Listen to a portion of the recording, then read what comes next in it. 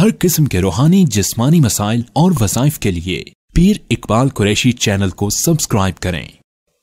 नहमदुहु व नुसल्ली व नुसल्लिमु अला रसूलिहिल करीम, अम्मा बअदु फ़अऊज़ु बिल्लाहि मिनश शैतानिर रजीम, बिस्मिल्लाहिर रहमानिर रहीम।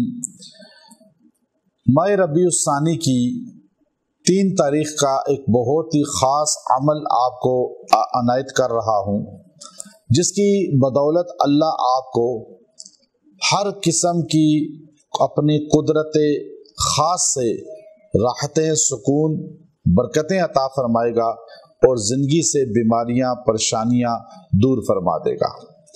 ये अल्लाह के 2 मुख्तसर नाम हैं, लेकिन इनकी तासीर इतनी ज़्यादा है कि लोग आज किस तरह जो है उलझे हुए हैं, परेशान हैं, हर काम रुक जाता है, टेंशनों में रहते हैं और फिर बीमारियां, आफात बार बार लौट के आती हैं। एक बंदा ठीक होता है घर का, दूसरा बीमार हो जाता है, वो ठीक होता है, तीसरा बीमार हो जाता है। ये बीमारियां, ये आफात, ये परेशानियां बार बार बार बार इंसान पे आती हैं और इंसान उलझाव का, तनाव का, बीमारियों का और आफात का शिकार रहता है। तो इसलिए याद रखें मेरी बात कि अल्लाह रब्बुल इज़्ज़त के ज़ात जो है वो तो इंसान को राहत देना चाहती है, इंसान को सुकून देना चाहती है, इंसान को उलझाव से, परेशानियों से निकालना चाहती है। अल्लाह की ज़ात ये चाहती है कि ये मेरा बंदा जो है ये टेंशनों से निकले, इसलिए हमें आमाल बताए। और कुरान हकीम भरा हुआ है। कुरान हकीम में अल्लाह ने साबका कौमों के जिक्र किया, साबका कौमों के अहवाल बताए, हमें बताया वो तबाह कैसे हुए, बर्बाद कैसे हुए, कैसे वो अल्लाह की पकड़ में आए, तुम लोग बच जाओ। अब ये अल्लाह जो किस्से सुना रहा है, ऐसे किस्से नहीं है कि खाली कहानियां हैं ये, बल्कि ये अक़वाम साबिक़ा के किस्से इसलिए हैं कि वो इस वजह से पकड़ में आए, तुम लोग उस पकड़ में ना आओ तक।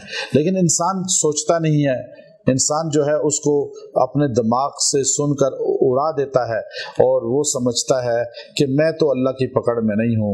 उधर नमाज भी छोड़ रहा है, उधर कुरान को भी छोड़ रहा है, उधर दीनदारी को भी छोड़ रहा है, औरत है बेपर्दगी इख्तियार कर रही है और यूं बाजारों में फिर रही है, और मर्द है तो वो भी इसी तरह जो है आज़ादी की ज़िंदगी गुजार रहा है। अपने आप को अल्लाह का गुलाम प्रैक्टिकली समझते ही नहीं, मुंह से कहने से नहीं होता, अमलन तौर पे प्रैक्टिकली जो है अल्लाह का गुलाम बनना होता है, रसूल सल्लल्लाहु अलैहि वसल्लम का गुलाम बनना होता है।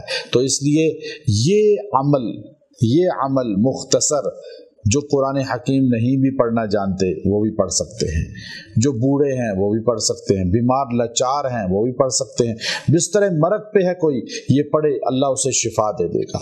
अगर कोई बीमारियों के अंदर उलझा हुआ है, ये पढ़े अल्लाह उसे शिफा दे देगा।